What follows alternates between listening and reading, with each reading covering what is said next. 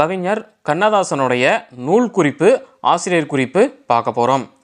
கவிஞர் கண்ணதாசன் புகழ்பெற்ற தமிழ் திரைப்பட பாடல் ஆசிரியரும் கவிஞரும் ஆவார். இப்போ நமக்கு கண்ணதாசன் அப்படின்னு பேரை சொன்ன உடனே பார்த்திங்கன்னா அவர் திரைப்பட பாடலாசிரியர், அப்புறம் பார்த்திங்கன்னா அவரோட கவிஞர் அப்படிங்கிறத நமக்கு நினைவுக்கு வந்துடும். அதான் முதல் வரியில் கவிஞர் கண்ணதாசன் பார்த்திங்கன்னா புகழ்பெற்ற தமிழ் திரைப்பட பாடல் ஆசிரியரும் கவிஞரும் ஆவார். இவர் பார்த்திங்கன்னா மொத்தம் எத்தனை கவிதைகள் எழுதியிருக்காருன்னா 4000த்திற்கும் மேற்பட்ட கவிதைகள், 5000த்திற்கும் மேற்பட்ட திரைப்பட பாடல்கள், கட்டுரைகள் அப்படின்னு நிறைய எழுதியிருக்காரு. இப்போது கண்ணதாசனுடைய நூல் குறிப்பு, ஆசிரியர் குறிப்பு நம்ம பார்த்துக்கிட்டு இருக்கோம். இந்த 4000 கவிதைகளுடைய தலைப்பையும் 5000த்துக்கும் மேற்பட்ட திரைப்பட பாடல்கள் என்னென்ன பாடல்கள் அப்படின்னு சொல்லி இதில் நம்ம பார்த்திங்கன்னா சொல்லிகிட்டு இருக்க முடியாது. குறிப்பிடத்தக்க சில பாடல்களையும் சில கவிதை நூல்களையும் மட்டும்தான் நம்ம இதில் சொல்ல போகிறோம். ஆனால் இவர் பார்த்திங்கன்னா 4000த்துக்கும் மேற்பட்ட கவிதைகள், 5000த்துக்கு மேற்பட்ட திரைப்பட பாடல்கள் பார்த்திங்கன்னா எழுதியிருக்காரு கவிஞர் கண்ணதாசன். அப்புறம் இவர் எந்தெந்த இதழ்களில் ஆசிரியராக இருந்திருக்காரு அப்படின்னா சண்டமாருதம், திருமகள், திரை ஒளி, தென்றல், தென்றல் திரை, முல்லை, கண்ணதாசன் இந்த மாதிரியான இதழ்களில் ஆசிரியராக இருந்திருக்காரு கவிஞர் கண்ணதாசன். அப்புறம் கவிஞர் கண்ணதாசன் தமிழக அரசின் அரசவை கவிஞராகவும் இருந்திருக்காரு. இவரை யார் அரசவை கவிஞர் ஆக்குனாங்க அப்படின்னா அப்போதைய முதல்வர் எம்ஜிஆர் அவர்கள் பார்த்திங்கன்னா கண்ணதாசன் அவர்களை அரசவை கவிஞராக ஆக்கியிருக்காரு. அப்புறம் இவர் பார்த்திங்கன்னா சாகித்ய அகாதமி விருது பார்த்திங்கன்னா பெற்றிருக்காரு 1980. சரி, இப்போது இனிமேல் கண்ணதாசன் அவர்களை பற்றி பார்த்திங்கன்னா நம்ம விரிவாக பார்க்க போகிறோம். இவருடைய பெயர் கண்ணதாசன். இவருடைய இயற்பெயர் முத்தையா. இயற்பெயர் அப்படின்னா இவருடைய அப்பா அம்மா இவருக்கு வச்ச பெயர் பார்த்திங்கன்னா முத்தையா. சரி, இவருக்கு எப்படி கண்ணதாசன் அப்படின்னு பெயர் வந்ததுன்னா இவரே தான் பார்த்திங்கன்னா கண்ணதாசன் அப்படின்னு பெயர் வச்சுக்கிட்டாரு. ஏன்னா இப்போ கண்ணதாசன் இப்போ பார்த்திங்கன்னா பாரதிதாசன் பேர் இருக்குது. பாரதியின் மீது கொண்ட அன்புனால பாரதிதாசன் அவருடைய பேரை பாரதிதாசன் அப்படின்னு வச்சுக்கிட்டாரு. சுரதா சுப்புரத்தினதாசன், அதாவது பாரதிதாசன் மேலே கொண்ட அன்புனால இவர் பேர் பார்த்திங்கன்னா சுப்புரத்தினதாசன் அப்படின்னு வச்சுக்கிட்டாரு. இப்போ கண்ணதாசன் யார் மேலே கொண்ட அன்புனால கண்ணதாசன் அப்படின்னு பேர் வச்சுக்கிட்டாரு அப்படின்லாம் கிடையாது. எல்லாருமே என்ன சொல்லுவாங்கன்னா, இறைவன் கண்ணன் இருக்காரு இல்லைங்களா, அவர் மேலே பக்தி இருக்கிறதுனால இவர் கண்ணதாசன் அப்படின்னு பேரை வச்சுக்கிட்டாங்கன்னு சில பேர் பார்த்திங்கன்னா சொல்லுவாங்க. ஆனால் அப்படி கிடையாது. கண்ணதாசன் பார்த்திங்கன்னா அழகிய கண்ணை பார்த்திங்கன்னா வருணித்து பாடுறது அவருக்கு பார்த்திங்கன்னா ரொம்பவும் பிடிக்கும். அதனால தான் அவர் பேரை கண்ணதாசன், கண்ணின் மேலே பற்று கொண்டு அந்த கண்ணை வர்ணித்து பாட அவருக்கு பிடிக்கிறதுனால தான் அவர் பேர் கண்ணதாசன் அப்படின்னு அவரே வச்சுக்கிட்டாரு. ஸோ இவருடைய பெயர் கண்ணதாசனுக்கு இதுதான் பார்த்திங்கன்னா காரணம். அடுத்தது கண்ணதாசனுடைய பெற்றோர் பெயர் பார்த்திங்கன்னா சாத்தப்ப செட்டியார் விசாலாட்சி ஆச்சி. இவர் பிறந்த ஊர் பார்த்திங்கன்னா சிறுகுடல்பட்டி, திருப்பத்தூர் வட்டம், சிவகங்கை மாவட்டம். கண்ணதாசனுடைய பிறப்பு ஜூன் 24, 1927. கண்ணதாசன் அவர்களுடைய மறைவு அக்டோபர் 17, 1981. சரி, இப்போ பார்த்திங்கன்னா கண்ணதாசன் எவ்வளவோ பெரிய புகழ்பெற்ற ஒரு கவிஞர், உங்களுக்கே தெரியும். ஆனால் இவர் எத்தனாவது வரைக்கும் படிச்சிருக்காரு அப்படின்னா 8ஆம் வகுப்பு வரைக்கும் தான் பார்த்திங்கன்னா படிச்சிருக்காரு. கல்வி 8ஆம் வகுப்பு. கல்வி நிலையம் அப்படின்னா என்ன, எந்த இடத்துல படித்தார், நம்ம எந்த ஸ்கூல் அப்படின்னு கேட்டோம்னா ஸ்கூல் பேர் சொல்கிறோம்ல, எங்கே படிக்கிறேன்னு கேட்டால் அந்த மாதிரி இவர் எங்கே படித்தார் அப்படின்னா சுப்பிரமணியன் செட்டியார் குருகுலம். இது பார்த்திங்கன்னா அமராவதி புதூரில் பார்த்திங்கன்னா இருக்குது. சுப்பிரமணியன் செட்டியார் குருகுலத்தில் படிச்சிருக்காரு கண்ணதாசன். அமராவதி புதூர் 8ஆம் வகுப்பு வரைக்கும் பார்த்திங்கன்னா படிச்சிருக்காரு. சரி, அடுத்தது கண்ணதாசன் அவர்களுடைய புனைப்பெயர்கள் என்னென்ன அப்படின்னா கவியரசு, கவி சக்கரவர்த்தி, குழந்தை மனம் கொண்ட கவிஞர், காரை முத்துப்புலவர், வணங்காமுடி, கமகப்பிரியா, பார்வதிநாதன், துப்பாக்கி, ஆரோக்கியசாமி. இது எல்லாமே பார்த்திங்கன்னா கண்ணதாசன் அவர்களுடைய புனைப்பெயர்கள். இன்னொரு தடவை சொல்கிற பாருங்க, கவியரசு, கவி சக்கரவர்த்தி, குழந்தை மனம் கொண்ட கவிஞர், காரை முத்துப்புலவர், வணங்காமுடி, கமகப்பிரியா, பார்வதிநாதன், துப்பாக்கி, ஆரோக்கியசாமி. இந்த பெயர்களை ஞாபகம் வச்சுக்கோங்க, அதனால தான் 2 தடவை சொன்னேன். அடுத்தது பணி. பணி அப்படின்னா என்ன, வேலை, ஒர்க்கு.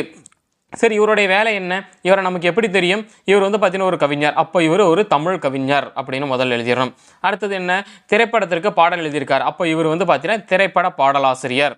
அப்புறம் இவர் பார்த்திங்கன்னா கவிஞர் அப்படிங்கும் போது என்னென்ன எழுதியிருப்பார், கவிதை எழுதியிருப்பார், நாவல் எழுதியிருப்பார். அப்போ இவர் ஒரு எழுத்தாளர் அப்படின்னு கூட நம்ம சொல்லலாம். இதழாளர், இதழ்களில் வேலை செஞ்சுருக்காரு. அப்புறம் இவர் ஒரு அரசியலாளர், ஆன்மீக சொற்பொழிவாளர். சரிங்களா. ஸோ இப்போ கண்ணதாசனுடைய பணி என்ன அப்படின்னு கேட்டாங்கன்னா இதெல்லாம் சொல்லணும். இவர் ஒரு தமிழ் கவிஞர், திரைப்பட பாடலாசிரியர், நாவலாசிரியர், எழுத்தாளர், இதழாளர், அரசியலாளர், ஆன்மீக சொற்பொழிவாளர் அப்படின்னு சொல்லணும். அடுத்தது கண்ணதாசன் அவர்கள் பெற்ற விருதுகள். கண்ணதாசன் வந்து பார்த்தீங்கன்னா ஏகப்பட்ட விருதுகளை வந்து பெற்றிருப்பார். ஸோ முக்கியமான ஒரு 2 விருதுகளை வந்து பார்த்தீங்கன்னா நான் இங்கே சொல்கிறேன். சிறந்த வசனத்திற்கான தேசிய விருது 1968 எந்த படத்திற்காக வாங்கியிருக்காரு அப்படின்னா குழந்தைக்காக அப்படின்ற திரைப்படத்திற்காக தேசிய விருது வாங்கியிருக்காரு. சிறந்த வசனத்துக்காக 1968 வந்த இந்த குழந்தைக்காக அப்படின்ற படத்துக்காக. அடுத்தது இவர் வந்து பார்த்தீங்கன்னா சாகித்ய அகாதமி விருது வந்து பார்த்தீங்கன்னா வாங்கியிருக்காரு. எதுக்காக அப்படின்னா சேரமான் காதலி அப்படின்ற படைப்புக்காக சாகித்ய அகாதமி விருது வாங்கியிருக்காரு. எந்த ஆண்டுனா 1980 வந்து பார்த்தீங்கன்னா வாங்கியிருக்காரு. அடுத்தது கண்ணதாசன் அவர்களுடைய புகழ் வந்து எப்படி எல்லாத்துக்குமே தெரிஞ்சுது அப்படின்னா தமிழ் திரைப்பட பாடல்கள் வழியாக பெரும் புகழ் பெற்றவர் தான் கவிஞர் கண்ணதாசன். புகழ் அப்படின்னா இவர் வந்து பார்த்தீங்கன்னா ஒரு தமிழ் திரைப்பட பாடல்கள் வழியாக தான் கண்ணதாசன் வந்து பார்த்தீங்கன்னா பெரும் புகழ் பெற்றார். அப்புறம் குறிப்பிடத்தக்க படைப்புகள் சரிங்களா. சரி, அதாவது இவர் வந்து பார்த்தீங்கன்னா 4000க்கும் மேற்பட்ட கவிதைகள், அப்புறம் வந்து பார்த்தீங்கன்னா நிறைய நாவல்கள்லாம் எழுதியிருக்காரு. ஸோ குறிப்பிடத்தக்க படைப்புகள் அப்படின்னு சொல்லிட்டு முக்கியமான 2 படைப்புகள்.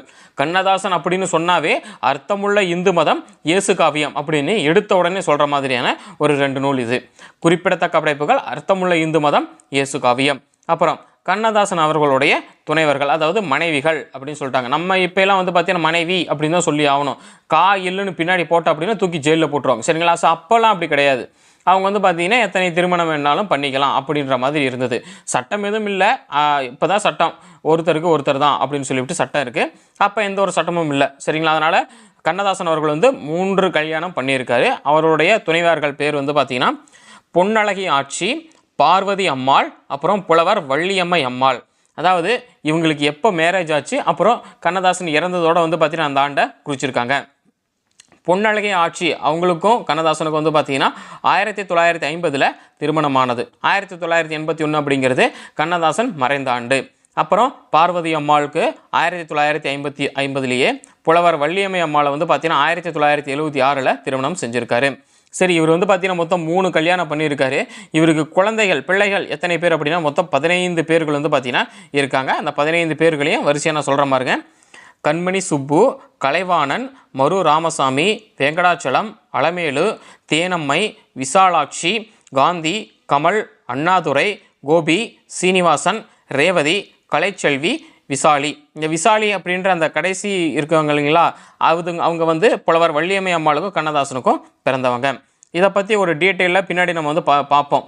பொன்னழகி ஆட்சிக்கும் பார்வதி அம்மாள், புலவர் வள்ளியம்மை அம்மாள் யார் யாருக்கு எப்படி குழந்தைகள் பெற்றன அப்படின்னு தனித்தனியாக வந்து அதுக்கு ஒரு இதே நான் சொல்லியிருக்கேன். அதை பார்க்கலாம் நம்ம பின்னாடி. இந்த பிள்ளைகள் பேர் மட்டும் என்ன தடவை சொல்கிற பாருங்க. கண்மணி சுப்பு, கலைவாணன், மரு ராமசாமி, அப்புறம் வெங்கடாச்சலம், அலமேலு, தேனம்மை, விசாலாட்சி, காந்தி, கமல், அண்ணாதுரை, கோபி, ஸ்ரீனிவாசன், ரேவதி, கலைச்செல்வி, விசாலி. அப்புறம் கண்ணதாசன் அவர்களுடைய குடும்பத்தினர் அப்படின்னா என்ன, உடன் பிறந்தவர்கள் தான் வந்து பார்த்தீங்கன்னா சொந்தக்காரங்க அப்படின்னு சொல்லுவோம். நம்ம சொந்தக்காரங்கன்னு யாரெல்லாம் சொல்லியிருப்போம், நம்ம கூட பிறந்தவங்க, அவங்க மனைவி கூட பிறந்தவங்க அந்த சொல்லுவாங்க இல்லைங்களா. ஸோ அதனால் கண்ணதாசனுடன் பிறந்தவர்கள் எப்படின்னு சொல்கிறாங்க. மொத்தம் வந்து பார்த்தீங்கன்னா 9 பேர்னு நினைக்கிறேன். ஏன்னா கண்ணதாசன் அவர்கள் வந்து பார்த்தீங்கன்னா 8வது குழந்தையாக வந்து அவருடைய அப்பா அம்மாவுக்கு வந்து பார்த்தீங்கன்னா பிறந்திருக்காரு. அவரை விட்டுட்டு மீதி 8 பேரை வந்து பார்த்தீங்கன்னா காமிச்சிருக்காங்க. அப்போ மொத்தம் 9 பேர் அப்படின்னு அர்த்தம். அப்போ உடன் பிறந்தவர் யார் யார் அப்படின்னா கண்ணம்மை ஆட்சி, ஞானாம்பாள் ஆட்சி, முத்தாத்தாள் ஆட்சி, அப்புறம் காந்திமதி ஆட்சி, கண்ணப்ப செட்டியார், ஏஎல் ஸ்ரீனிவாசன், அப்புறம் வந்து பார்த்திங்கன்னா சொர்ணாம்பாள் ஆட்சி, அப்புறம் சிவகாமி ஆட்சி. இவங்கெல்லாம் வந்து பார்த்திங்கன்னா கண்ணதாசன் அவர்களுடைய உடன் பிறந்தவர்கள். இப்போ வந்து பாருங்கள் வாழ்க்கை குறிப்பு. இப்போ வந்து பார்த்திங்கன்னா நம்ம ஒரு மேலோட்டமாக வந்து இது வரைக்கும் நம்ம கண்ணதாசன் அவர்களை பற்றி பார்த்துருக்கோம். இப்போது கொஞ்சம் டீப்பாக பார்க்கலாம். வாழ்க்கை குறிப்பு, கண்ணதாசன் அவர்களுடைய வாழ்க்கை குறிப்பு. கண்ணதாசனுடைய இயற்பெயர் வந்து பார்த்திங்கன்னா முத்தையா.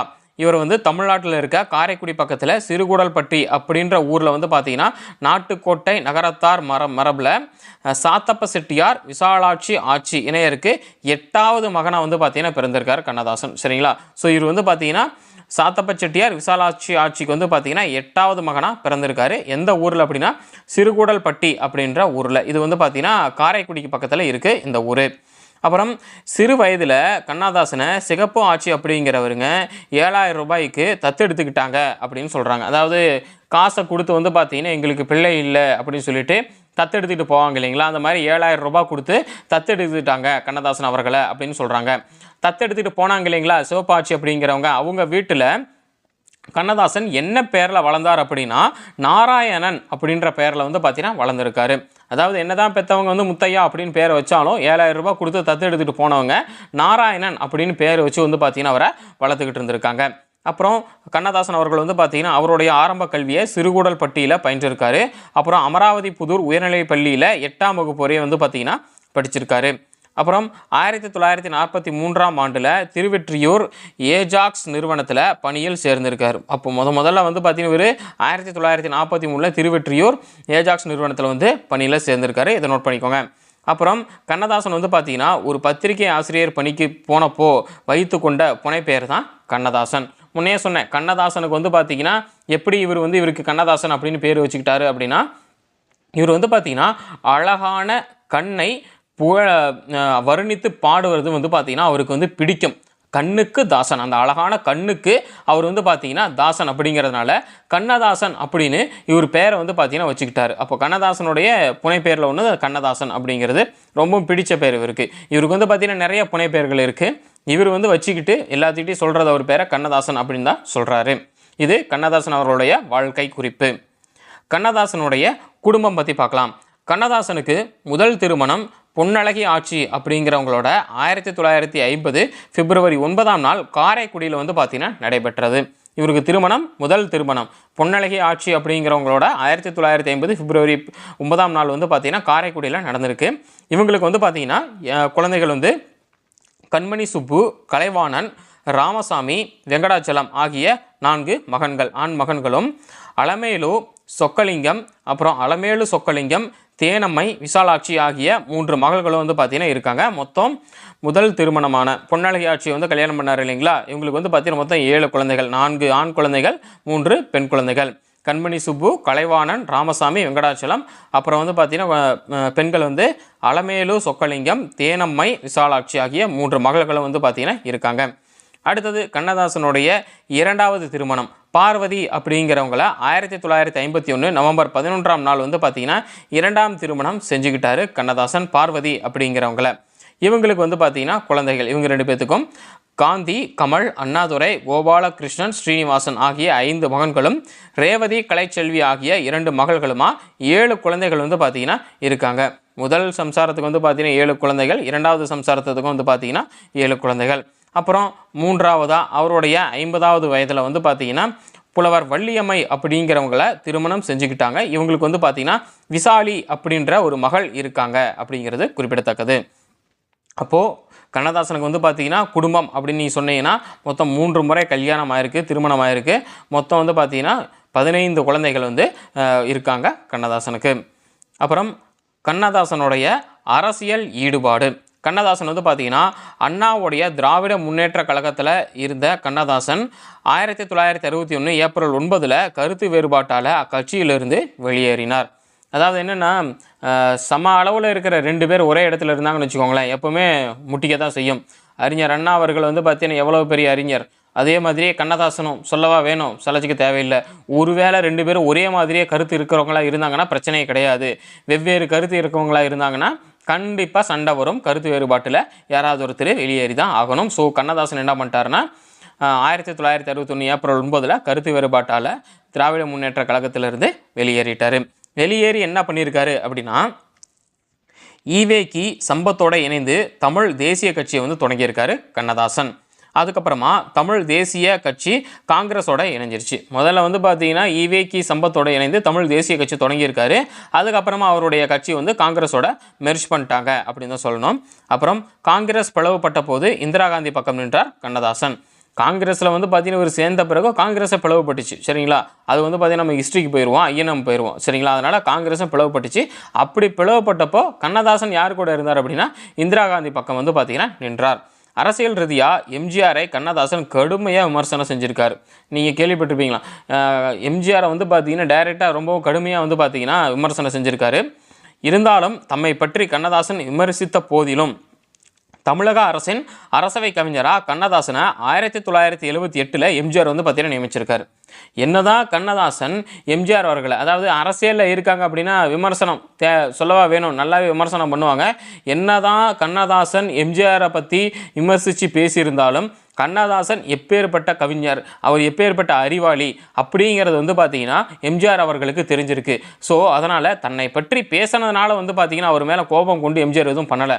அவர் தான் இந்த அரசவை கவிஞராக இருக்க தகுதியானவர் அப்படின்னு தெரிஞ்ச உடனே அவர் என்ன பேசுகிறார் அப்படிங்கிறதெல்லாம் பார்க்கல. எம்ஜிஆர் அவர்கள் வந்து பார்த்தீங்கன்னா கண்ணதாசன் அவர்களை தமிழக அரசுடைய அரசவை கவிஞராக நியமிச்சிருக்காரு 1978. கண்ணதாசனின் மறைவு. கண்ணதாசன் உடல்நலக் குறைவு காரணமாக 1981 ஜூலை 24 அமெரிக்காவில் உள்ள சிகாகோ நகர் மருத்துவமனையில் அனுமதிக்கப்பட்டிருந்தார். அதாவது நீங்கள் பாருங்கள், அவருக்கு வந்து பார்த்தீங்கன்னா உடம்பு சரியில்லை. அவர் இங்கே இருக்கிற எந்த ஒரு ஹாஸ்பிட்டல்லையும் வந்து பார்த்தீங்கன்னா அட்மிட் ஆகலை. அமெரிக்காவில் இருக்கிற சிகாகோ நகர் மருத்துவமனையில் வந்து பார்த்தீங்கன்னா அட்மிட் ஆகிருக்காரு. அப்போது இங்கே இவர் வந்து பார்த்தீங்கன்னா எவ்வளோ சம்பாரிச்சிருப்பாருன்னு நீங்கள் நினச்சி பாருங்கள். தோராயமாக வந்து பார்த்தீங்கன்னா இவர் சும்மா சொல்லி கேள்விப்பட்டிருக்கேன், திரைப்பட பாடல் ஒரு பாடல் எழுதுறதுக்கு வந்து பார்த்தீங்கன்னா 7000 8,000 ரூபாய் வரைக்கும் வந்து பார்த்தீங்கன்னா வாங்குவாராம் ஒரு நாளைக்கு. அதாவது கிட்டத்தட்ட ஒரு நாளைக்கு 10,000 ரூபா பக்கமாக வந்து பார்த்தீங்கன்னா சம்பாரிச்சு தான் வந்து சொல்கிறாங்க. அப்போவே அந்த காலத்திலேயே 1960-70களிலேயே ஒரு நாளைக்கு 10,000 ரூபா ஒரு மனுஷன் வந்து பார்த்தீங்கன்னா சம்பாதிக்கிறார் அப்படின்னா நீங்கள் நினச்சி பாருங்கள் அவர் எப்பேற்பட்ட ஆளாக இருந்திருப்பார் அப்படின்னு சொல்லிட்டு. அதான் கண்ணதாசன் உடல்நலக் குறைவு காரணமாக 1981 ஜூலை 24 அமெரிக்காவில் இருக்கிற சிகாகோ நகர் மருத்துவமனையில் அனுமதிக்கப்பட்டிருந்தார். அதுக்கப்புறமா அக்டோபர் 17 சனிக்கிழமை இந்திய நேரப்படி 10:45 மணிக்கு வந்து பார்த்தீங்கன்னா கண்ணதாசன் இறந்துட்டார். ஜூலை, ஆகஸ்ட், செப்டம்பர், அக்டோபர் 3 மாதம் வந்து பார்த்தீங்கன்னா கிட்டத்தட்ட ஹாஸ்பிட்டலில் இருந்திருக்காரு.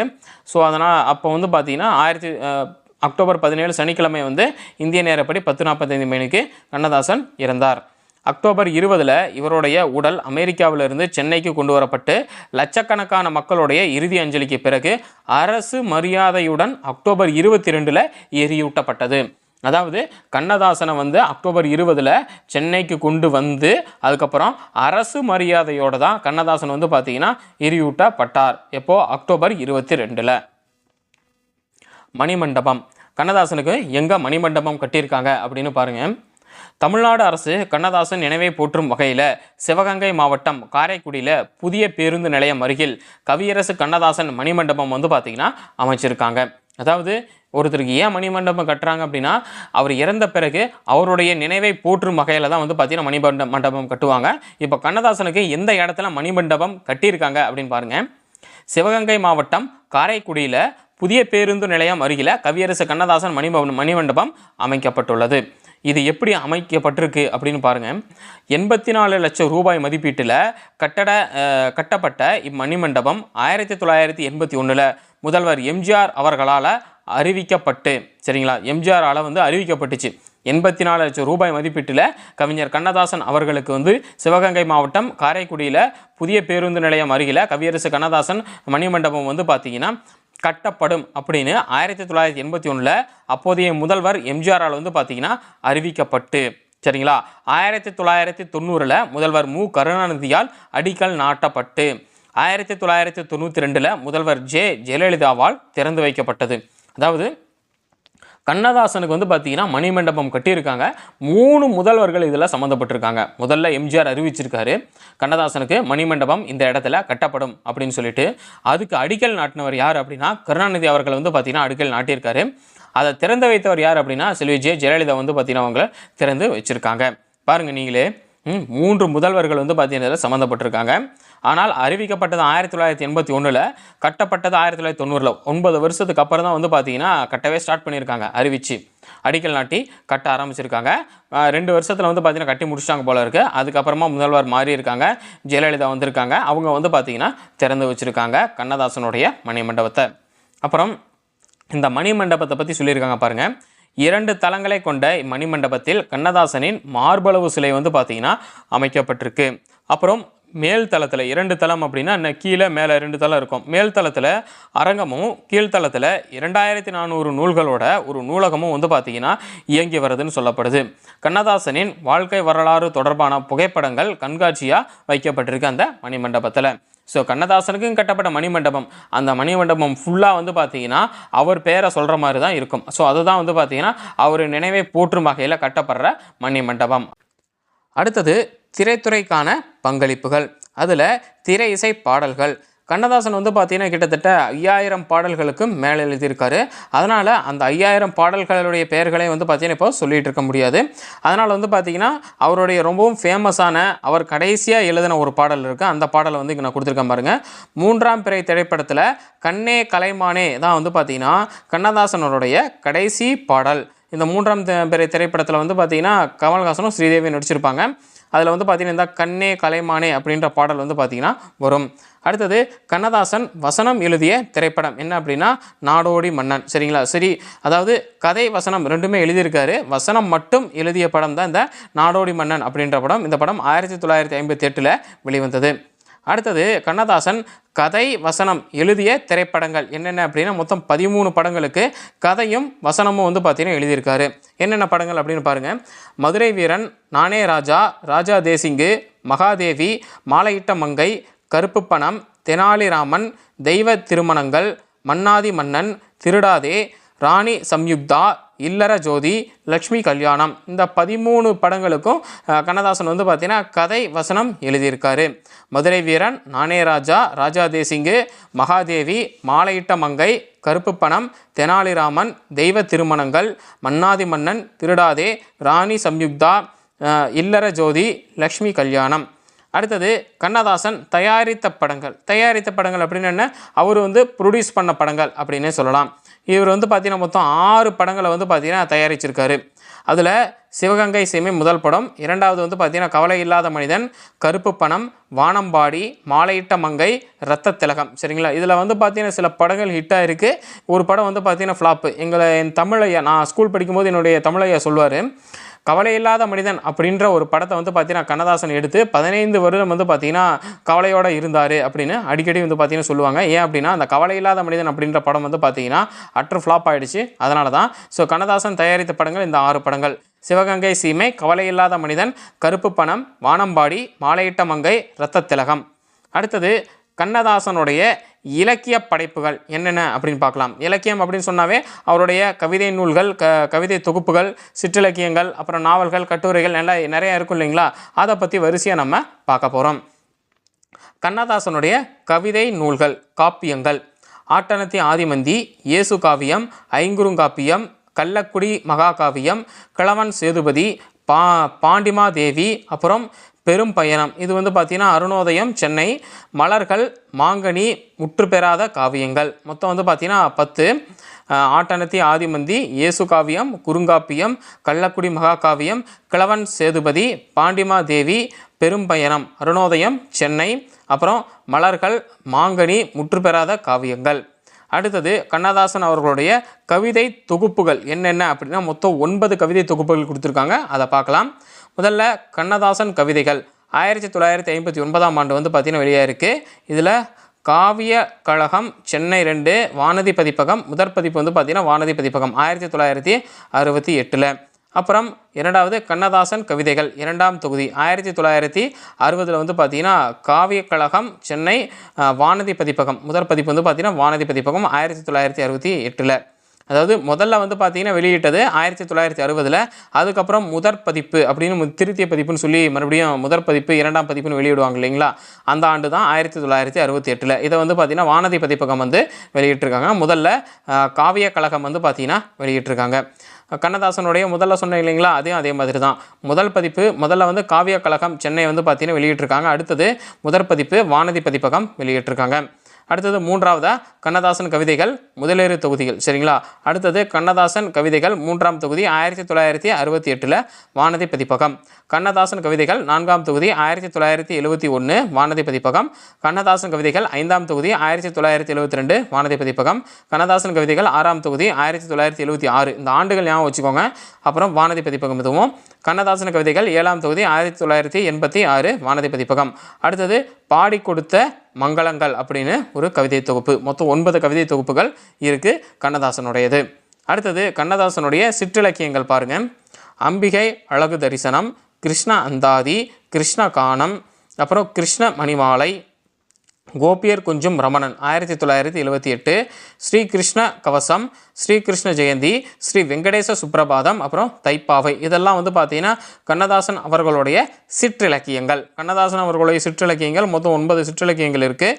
என்னென்ன அப்படின்னா அம்பிகை அழகு தரிசனம், கிருஷ்ண அந்தாதி, கிருஷ்ண கானம், அப்புறம் கிருஷ்ண மணிமாலை, கோபியர் கொஞ்சும் ரமணன், ஸ்ரீ கிருஷ்ண கவசம், ஸ்ரீ கிருஷ்ண ஜெயந்தி, ஸ்ரீ வெங்கடேச சுப்ரபாதம், அப்புறம் தைப்பாவை. அடுத்தது கண்ணதாசன் அவர்களுடைய நாடகம், கவிதை நாடகம் வந்து பார்த்தீங்கன்னா கவிதாஞ்சலி. கண்ணதாசன் அவர்களுடைய கவிதை நாடகம் என்ன அப்படின்னா கவிதாஞ்சலி. அடுத்தது கண்ணதாசன் அவர்களுடைய மொழிபெயர்ப்பு நூல்கள். இந்த 2 நூல்களுமே வந்து பார்த்தீங்கன்னா சமஸ்கிருத நூல்கள், சரிங்களா? ஸோ யாருடையது அப்படின்னா ஆதிசங்கரனுடைய கனகதார ஸ்தோத்திரத்தின் தமிழ் வடிவம் தான் இந்த பொன்மாலை அப்படிங்கிறது. பொன்மாலை அப்படிங்கிறது ஆதிசங்கருடைய கனகதார ஸ்தோத்திரத்துடைய தமிழ் வடிவம். அடுத்தது பஜகோவிந்தம், இதுவும் வந்து பார்த்திங்கன்னா சமஸ்கிருத நூல் தான், தமிழில் மொழிபெயர்த்திருக்காரு கண்ணதாசன். ஸோ கண்ணதாசன் மொழிபெயர்த்த நூல்கள் என்னென்ன அப்படின்னா பொன்மாலை, பஜகோவிந்தம், இது 2மே சமஸ்கிருத நூல்.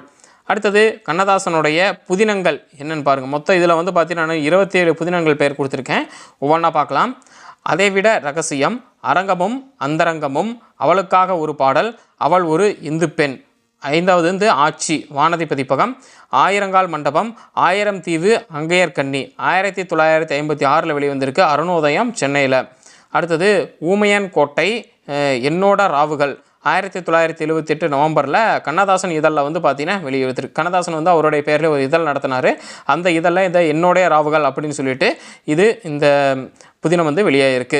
அடுத்தது ஒரு கவிஞனின் கதை, கடல் கொண்ட தென்னாடு, காமினி காஞ்சனா, அப்புறம் வந்து பார்த்திங்கன்னா சரசுவின் சௌந்தர்ய லகரி, அப்புறம் சிவப்புக்கல் மூக்குத்தி, காமதேனு பிரசுரத்தில் வந்து பார்த்திங்கன்னா பிரசுரம் சென்னை, சிங்காரி பார்த்த சென்னை, சுருதி சேராத ராகங்கள், காமதேனு பிரசுரம், சேரமான் காதலி, இதுக்கு தான் வந்து பார்த்திங்கன்னா அவர் சாகித்ய அகாதமி விருது பெற்றார் கண்ணதாசன். தெய்வ திருமணங்கள், நடந்த கதை, பாரிமலை கொடி, பிருந்தாவனம், மிசா, 30 நாளும் பௌர்ணமி, இரத்த புஷ்பங்கள், காமதேனு பிரசுரத்தில் வெளியாயிருக்கு. விளக்கு மட்டுமா சிவப்பு, வேளங்குடி திருவிழா, ஸ்வர்ண சரஸ்வதி, மொத்தம் வந்து பார்த்திங்கன்னா 27 புதினங்கள் பேர் வந்து இதில் கொடுத்துருக்கு. ஸோ இன்னும் ஒரே ஒரு தடவை வந்து பார்த்திங்கன்னா சொல்கிறேன், இதை நீங்கள் மக்கப் பண்ணிக்கோங்க. அதைவிட ரகசியம், அந்தரங்கமும் அரங்கமும் அந்தரங்கமும், அவளுக்காக ஒரு பாடல், அவள் ஒரு இந்து பெண், ஆட்சி, ஆயிரங்கால் மண்டபம், 1000 தீவு, அங்கையர்கண்ணி, ஊமையன் கோட்டை, என்னோட ராவுகள், ஒரு கவிஞனின் கதை, கடல் கொண்ட தென்னாடு, காமினி காஞ்சனா, சரசுவின் சௌந்தர்ய லகரி, சிவப்புக்கல் மூக்குத்தி, சிங்காரி பார்த்த சென்னை, சுருதி சேராத ராகங்கள், சேரமான் காதலி, இதுக்கு தான் சாகித்ய அகாடமி விருது பெற்றிருக்காரு. தெய்வ திருமணங்கள், நடந்த கதை, பாரிமலை கொடி, பிருந்தாவனம், மிசா, 30 நாளும் பௌர்ணமி, இரத்த புஷ்பங்கள், விளக்கு மட்டுமா சிவப்பு, வேளங்குடி திருவிழா, அப்புறம் ஸ்வர்ண சரஸ்வதி, இதெல்லாம் கண்ணதாசனுடைய புதினங்கள். அடுத்தது கண்ணதாசனுடைய சிறுகதைகள் என்னென்னா மொத்தம் 10 சிறுகதைகள் இதில் நான் கொடுத்துருக்கேன். இந்த 10 சிறுகதைகளோட பெயர்களை சொல்கிற பாருங்க. ஈழத்து ராணி, ஒரு நதியின் கதை, கண்ணதாசன் கதைகள், காதல் பலவிதம், காதலிகள் பலரகம், குட்டி கதைகள், பேனா நாட்டியம், மனசுக்கு தூக்கமில்லை, செண்பகத்தம்மன் கதை, செய்தி கதைகள், தர்மரின் வனவாசம். சரி, இதை மறுபடியும் சொல்கிற பாருங்க. இந்த 10 சிறுகதைகளையும் ஈழத்து ராணி, ஒரு நதியின் கதை, கண்ணதாசன் கதைகள், காதல் பலவிதம், காதலிகள் பலரகம், குட்டி கதைகள், பேனா நாட்டியம், மனசுக்கு தூக்கமில்லை, செண்பகத்தம்மன் கதை, செய்தி கதைகள், தர்மரின் வனவாசம். அடுத்தது கண்ணதாசன் அவர்களுடைய தன் வரலாறு நூல்கள். தன் வரலாறு அப்படின்னா என்ன? அவருடைய வரலாறு அப்படின்னு அர்த்தம். அவருடைய சுயசரிதைன்னு கூட நீங்கள் எழுதிக்கலாம். அவரை பற்றி வந்து பார்த்திங்கன்னா ஒரு 4 நூல்கள் வந்து பார்த்திங்கன்னா வெளியிட்டிருக்காரு. என்னென்ன அந்த 4 நூல்கள் அப்படின்னா எனது வசந்த காலங்கள், வனவாசம், பிறப்பு முதல் திமுகவிலிருந்து பிரியும் வரை. அடுத்தது எனது சுயசரிதம், வனவாசத்தின் விடுபட்ட பகுதிகள், அப்புறம் மனவாசம், காங்கிரஸ் கட்சியில் இருந்த காலத்தின் வாழ்க்கை என்ன அப்படிங்கிறத கண்ணதாசன் வந்து பார்த்திங்கன்னா எழுதியிருக்காரு. அதாவது தன் வரலாறு நூல்கள். இதை வந்து நீங்களே வந்து பார்த்திங்கன்னா ஒரு ப்ரெடிக்ட் பண்ணலாம் எந்த ஏஜ் அப்படின்னு சொல்லிட்டு. தன் வரலாறு நூல்களில் எனது வசந்த காலங்கள், இவருடைய சின்ன வயசு காலங்கள் தான் கண்டிப்பாக இவருடைய வசந்த காலங்களாக இருக்க முடியும். அப்போது இவர் சின்ன பையன்லேருந்து எப்படி வளர்ந்தார் அப்படிங்கிறத பற்றி நீங்கள் தெரிஞ்சுக்கலாம். அடுத்தது வனவாசம், இது சொல்லிட்டாரு, பிறப்பு முதல் திமுகவில் இருந்து பிரியும் வரைன்னு சொல்லிட்டாரு. அடுத்தது எனது சுயசரிதம் வந்து சொல்லிட்டு வனவாசத்தின் விடுபட்ட பகுதிகளை வந்து அவருடைய சுயசரிதத்தில் எழுதியிருக்காரு. எல்லாருக்கும் தெரிந்த பகுதி ஒன்று இருக்கும், யாருக்கும் தெரியாத பகுதி ஒன்று இருக்கும் இல்லையா?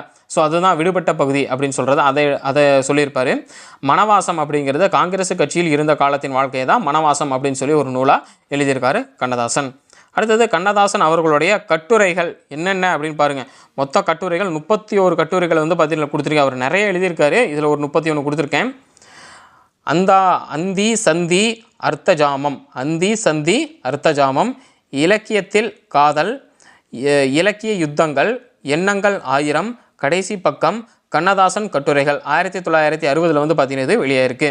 கண்ணதாசன் நடத்திய இலக்கிய யுத்தங்கள், காதல் பலவிதம், காதலிகள் பலரகம், கூட்டுக்குரல், அருணோதயம் சென்னை, குடும்ப சுகம், சந்தித்தேன் சிந்தித்தேன், சுகமான சிந்தனைகள், செப்பு மொழிகள், ஞான மாளிகா, ஞானரசமும் காமரசமும், தமிழர் திருமணமும் தாலியும், தென்றல் கட்டுரைகள், தெய்வ தரிசனம், தேவதாசி முறை மீண்டும் வேண்டும், தோட்டத்து மலர்கள், நம்பிக்கை மலர்கள், நான் இறைவனை சந்திக்கிறேன், நான் பார்த்த அரசியல் முன்பாதி, நான் பார்த்த அரசியல் பின்பாதி, நான் ரசித்த வர்ணனைகள், பயணங்கள், புஷ்ப மாளிகா, போய் வருகிறேன், மனம் போல வாழ்வு, ராக மாளிகா, அப்புறம் வாழ்க்கை என்னும் சோலையிலே. இதெல்லாம் வந்து பார்த்தீங்கன்னா கண்ணதாசன் அவர்களுடைய கட்டுரைகள். இன்னொரு தடவை இந்த கட்டுரைகள் பேரை சொல்கிற மாதிரிங்க. அந்தி சந்தி அர்த்தஜாமம், இலக்கியத்தில் காதல், இலக்கிய யுத்தங்கள், எண்ணங்கள் 1000, கடைசி பக்கம், கண்ணதாசன் கட்டுரைகள், கண்ணதாசன் நடத்திய இலக்கிய யுத்தங்கள், காதல் பலவிதம், காதலிகள் பலரகம், கூட்டுக்குரல், அருணோதயம், குடும்ப சுகம், சந்தித்தேன் சிந்தித்தேன், சுகமான சிந்தனைகள், செப்பு மொழிகள், ஞான மாளிகா, ஞானரசமும் காமரசமும், தமிழர் திருமணமும் தாலியும், தென்றல் கட்டுரைகள், தெய்வ தரிசனம், தேவதாசி முறை மீண்டும் வேண்டும், தோட்டத்து மலர்கள், நம்பிக்கை மலர்கள், நான் இறைவனை சந்திக்கிறேன், நான் பார்த்த அரசியல் முன்பாதி, நான் பார்த்த அரசியல் பின்பாதி, நான் ரசித்த வர்ணனைகள், பயணங்கள், புஷ்ப மாளிகா, போய் வருகிறேன், மனம் போல வாழ்வு, ராக மாளிகா, வாழ்க்கை என்னும் சோலையிலே. அடுத்தது கண்ணதாசன் அவர்களுடைய சமயம் சார்ந்த நூல்கள் என்னென்னு பார்க்கலாம். அர்த்தமுள்ள இந்து மதம், இது வந்து பார்த்திங்கன்னா ஒரு 10 புத்தகமாக இருக்குது. அதை ஒன்றா பாருங்கள். அர்த்தமுள்ள இந்து மதம் 1, அர்த்தமுள்ள இந்து மதம் 2, அர்த்தமுள்ள இந்து மதம் 3, அர்த்தமுள்ள இந்து மதம் 4, துன்பங்களிலிருந்து விடுதலை, அர்த்தமுள்ள இந்து மதம் 5, ஞானம் பிறந்த கதை, அர்த்தமுள்ள இந்து மதம் 6, நெஞ்சுக்கு நிம்மதி, அர்த்தமுள்ள இந்து மதம் 7, சுகமான சிந்தனைகள், அர்த்தமுள்ள இந்து மதம் 8, போகம் ரோகம் யோகம், அர்த்தமுள்ள இந்து மதம் 9, ஞானத்தை தேடி, அர்த்தமுள்ள இந்து மதம் உன்னையே நீ அறிவாய். முதல்ல வந்து பார்த்தீங்கன்னா அந்த அர்த்தமுள்ள இந்து மதத்திலே ஒரு 10 புத்தகம் வந்து பார்த்தீங்கன்னா இருக்க மாட்டேது வருது. அர்த்தமுள்ள இந்து மதம் 1, அர்த்தமுள்ள இந்து மதம் 2, அர்த்தமுள்ள இந்து மதம் 3, அர்த்தமுள்ள இந்து மதம் 4, துன்பங்களிலிருந்து விடுதலை, அர்த்தமுள்ள இந்து மதம் ஞானம் பிறந்த கதை, அர்த்தமுள்ள இந்து மதம் நெஞ்சுக்கு நிம்மதி, அர்த்தமுள்ள இந்து மதம் சுகமான சிந்தனைகள், அர்த்தமுள்ள இந்து மதம் போகம் ரோகம் யோகம், அர்த்தமுள்ள இந்து மதம் ஞானத்தை தேடி, அர்த்தமுள்ள இந்து மதம் உன்னையே நீ அறிவாய் அப்படிங்கிறது. இதெல்லாம் வந்து பார்த்திங்கன்னா கண்ணதாசன் அவர்களுடைய சமயம் நூல்கள். அடுத்தது கண்ணதாசன் அவர்களுடைய நாடகங்கள் என்னென்ன அப்படின்னா அனார்கலி, சிவகங்கை சீமை, ராஜ தண்டனை. சரிங்களா? கண்ணதாசன் அவர்களுடைய நாடகங்கள் அனார்கலி, சிவகங்கை சீமை, ராஜ தண்டனை. அடுத்தது கண்ணதாசன் அவர்களுடைய உரை நூல்கள் அப்படின்னா கண்ணதாசன் பின்வரும் இலக்கியங்களுக்கு உரை எழுதியுள்ளார். ஒரு இலக்கியம் இருக்கும், அந்த இலக்கியத்துடைய செயல் நடை வரிகளை வந்து நம்ம படித்தோம்னு வச்சுக்கோங்களேன், நமக்கு சுத்தமாக புரியாது. கண்ணதாசன் மாதிரியான கவிஞர்கள் வந்து பார்த்திங்கன்னா அதை படித்து பார்த்து அதுக்கு என்ன உரை அப்படின்னு சொல்லிட்டு நமக்கு புரியிற மாதிரி ஒரு உரை நூல் வந்து பார்த்திங்கன்னா வெளியிடுவாங்க இல்லைங்களா? அது என்னென்ன நூல்களுக்கு கண்ணதாசன் உரை எழுதி வெளியிட்டிருக்காரு அப்படிங்கிறத பார்க்கலாம். முதல் நூல் வந்து பார்த்திங்கன்னா அபிராமி பட்டரின் அபிராமி அந்தாதி, அப்புறம் ஆடவர் மங்கையர் அங்க இலக்கணம், ஆண்டாள் திருப்பாவை, எதையும் நான் கேலி செய்வேன், காலமேகம் பாடல்கள் 1978 கண்ணதாசன் இதழில் வந்து பார்த்திங்கன்னா வெளிவந்திருக்கு எதையும் நான் கேலி செய்வேன் அப்படிங்கிறது. கண்ணே கதவை திற கலிங்கத்து பரணியில் கடை திறப்பு காட்சி 1977 வந்து செப்டம்பரில் கண்ணதாசன் இதழில் வந்து பார்த்திங்கன்னா இது வெளிவந்திருக்கு. கண்ணே கதவை திற கலிங்கத்து பரணியிலிருந்து. அடுத்தது சங்கிர பொக்கிஷம், அப்புறம் சுப்ரதீப கவிராயரின் கூழப்ப நாயக்கன் காதல், அதாவது சுப்ரதீப கவிராயரின் கூழப்ப நாயக்கன் காதல் அப்படின்ற நூலுக்கு உரை எழுதியிருக்காரு, அப்படின்ற இலக்கியத்துக்கு உரை எழுதியிருக்காரு. அடுத்தது தாசி வீடு சென்ற ஒருவரின் அனுபவங்கள், இது வந்து பார்த்திங்கன்னா சுப்ரதீப கவிராயருடைய விரலிவிடு தூது அப்படின்ற இலக்கியத்திலிருந்து எடுத்து உரை எழுதி விட்டிருக்காரு. இது 1977 நவம்பர் மாதம் கண்ணதாசன் இதழில் வந்து பார்த்திங்கன்னா வெளியாயிருக்கு. அடுத்தது திருக்குறள் காமத்துப்பாலுக்கு வந்து பார்த்திங்கன்னா உரை எழுதியிருக்காரு. அப்புறம் பகவத்கீதைக்கு உரை எழுதியிருக்காரு. மதுவும் மங்கையரும் இது வந்து பார்த்திங்கன்னா கம்பராமாயணம் உண்டாட்டு படலம் 1977 கண்ணதாசன் இதழில் வந்து பார்த்திங்கன்னா வெளியாயிருக்கு. அதாவது என்னென்னா, இப்போ ஒரு டாபிக் எடுக்கார், கம்பராமாயணத்தில் உண்டாட்டு படலத்தை எடுத்து வந்து பார்த்திங்கன்னா இவருடைய கண்ணதாசன் இதழில் வந்து பார்த்திங்கன்னா வெளியிட்டிருக்காரு. மதுவும் மங்கையரும் அப்படின்னு போட்டு. சரிங்களா? சரி, இந்த பகுதி அவருக்கு ரொம்ப பிடிச்சிருக்க மாட்டேருக்கு. அதனால் அவர் நடத்துகிற இதழில் அந்த பகுதியை மட்டும் எடுத்து ஒரு உரை மாதிரி எழுதி வந்து பார்த்திங்கன்னா வெளியிட்டிருக்காரு. அந்த மாதிரி தான் சொல்லணும். இது என்னென்னு பாருங்கள், என்னென்ன நூல்கள் என்னென்ன இலக்கியத்துக்கு வந்து உரை எழுதியிருக்காருன்னு பாருங்கள். அபிராமி பட்டருடைய அபிராமி அந்தாதி, ஆடவர் மங்கையர் அங்க இலக்கணம், ஆண்டாள் திருப்பாவை, எதையும் நான் கேலி செய்வேன். இது வந்து பார்த்திங்கன்னா காலமேகம் பாடல்களில் இருந்து எடுத்து முறை எழுதியிருக்காரு. இது 1978 கண்ணதாசன் இதழில் வந்து பார்த்திங்கன்னா வெளியாயிருக்கு. இது கண்ணே கதவை திற, இது கலிங்கத்து பரணி கடைத்திறப்பு காட்சியிலிருந்து எடுத்து வெளியிட்டிருக்காரு. இது 1977 செப்டம்பரில் கண்ணதாசன் இதழில் வெளிவந்திருக்குது. அடுத்தது சங்கர பொக்கிஷம். அடுத்தது சுப்ரதீப கவிராயருடைய கூலப்ப நாயக்கன் காதல் அப்படின்ற இலக்கியத்துக்கு உரை எழுதியிருக்காரு. அப்புறம் தாசி வீடு சென்ற ஒருவரின் அனுபவங்கள், இது வந்து சுப்ரதீப கவிராயருடைய விரலி வீடு தூது அப்படின்ற இதில் இலக்கியத்திலிருந்து எடுத்து எழுதியிருக்காரு. இது 1977 நவம்பர் மாதம் கண்ணதாசன் இதழில் வந்து பார்த்திங்கன்னா வெளியாகிருக்கு. அடுத்தது திருக்குறளுக்கு காமத்துப்பால், அறத்துப்பால் பொருட்பால் காமத்துப்பால் இருக்குல்ல, அதில் காமத்துப்பாலுக்கு மட்டும் வந்து பார்த்திங்கன்னா கண்ணதாசன் உரை எழுதி வெளியிட்டிருக்காரு. அடுத்தது பகவத்கீதை. அடுத்தது மதுவும் மங்கையரும், இது கம்பராமாயணம் உண்டாட்டு படலத்திலிருந்து 1977 கண்ணதாசன் இதழில் வந்து பார்த்திங்கன்னா வெளியாகிருக்கு. இதில் தான் வந்து பார்த்திங்கன்னா கண்ணதாசன் உரை எழுதிய இலக்கிய நூல்கள். அடுத்தது பேட்டிகள் அப்படின்னு என்ன, கண்ணதாசன் கிட்ட வந்து பார்த்திங்கன்னா ஒரு மீடியாக்காரர் வந்து பார்த்திங்கன்னா பேட்டி எடுக்கிறாருங்களே, அவங்க போய் வந்து பேட்டி எடுப்பாங்க. சரிங்களா? ஸோ பேட்டி எடுக்கும்போது அவர் என்ன பதில் சொன்னார், என்ன கேள்விக்கு என்ன பதில் சொன்னார் அப்படிங்கிறத ஒரு நூல் மாதிரி வந்து பார்த்திங்கன்னா போட்டிருக்காங்க. அதான் கண்ணதாசன் பேட்டிகள். இதை தொகுத்த தொகுப்பாசிரியர் யார் அப்படின்னா ஆர்பி சங்கரன். இது எந்த பதிப்பகத்தில் இருக்குன்னா மாசிலாமணி பதிப்பகம், சென்னை 4. ஆர்பி சங்கரன் அப்படிங்கிறவர் கண்ணதாசன் பேட்டிகள் அப்படின்ற ஒரு புக்கை வந்து பார்த்திங்கன்னா தொகுத்து எழுதியிருக்காரு. கண்ணதாசன் நிறைய இடங்களில் நிறைய பேட்டிகள் வந்து பார்த்திங்கன்னா கொடுத்துருப்பாரு. அது எல்லாத்தையும் கலெக்ட் பண்ணி ஒரு புக்காக போட்டவர் தான் அந்த ஆர்பி சங்கரன் அப்படிங்கிறவர். அடுத்தது சந்தித்தேன் சிந்தித்தேன் அப்படின்னு சொல்லி ஒரு பேட்டி மாதிரியான ஒரு நூல் வந்து பார்த்திங்கன்னா இருக்குது. அடுத்தது வினாவிடை நூல்கள் 2 நூல்கள், ஐயம் அகற்று, கேள்விகளும் கண்ணதாசன் பதில்களும் அப்படின்னு. இந்த மாதிரி நூல்கள் நிறைய நீங்கள் பார்த்துருக்கலாம். கேள்விகளும் கண்ணதாசன் பதில்களும், ஐயம் அகற்று. ஐயம்னா என்ன, சந்தேகம் அகற்றுதல். இப்போ கண்ணதாசன் வந்து பார்த்திங்கன்னா ஒரு பெரிய கவிஞர், அவர்கிட்ட ஒரு கேள்வி கேட்குறீங்க அப்படின்னா அவர் நமக்கு அந்த சந்தேகத்தை எப்படி நீக்குவார் அப்படின்னு சொல்லவே முடியாது, அவ்வளோ அற்புதமாக இருக்கும். ஸோ அந்த மாதிரியான ஒரு நூல். இப்போது இந்த கேள்விகளும் கண்ணதாசன் பதில்களும்னு இருக்கு இல்லைங்களா, இதை நான் ஒரு இமேஜினேஷன் சொல்கிறேன். இப்போ ஒரு ஆடிட்டோரியம் எடுத்துக்கிறாங்க, கண்ணதாசன் வந்து பார்த்திங்கன்னா இருப்பார். அந்த கேள்விகள் கேட்குறதுக்கு ஒரு 100-200 பேர் இருப்பாங்க. அவங்களுக்குன்னு சந்தேகம் இருக்கும், அவர்கிட்ட சில கேள்விகள் கேட்கணும்னு இருக்கும் இல்லைங்களா, அந்த கேள்விகளை அவர்கிட்ட கேட்பாங்க, அவர் வந்து பார்த்திங்கன்னா பதில் சொல்லுவார். ஸோ அந்த மாதிரி இருந்திருக்கலாம் கேள்விகளும் கண்ணதாசன் பதில்களும் அப்படின்ற இந்த நூல். ஸோ இதில் வந்து பார்த்திங்கன்னா நம்ம கவிஞர் கண்ணதாசன் அவர்களுடைய நூல் குறிப்பு, ஆசிரியர் குறிப்பு எல்லாத்தையும் ஓரளவுக்கு முழுமையாக வந்து பார்த்திங்கன்னா நான் இதில் கவர் பண்ணியிருப்பேன்.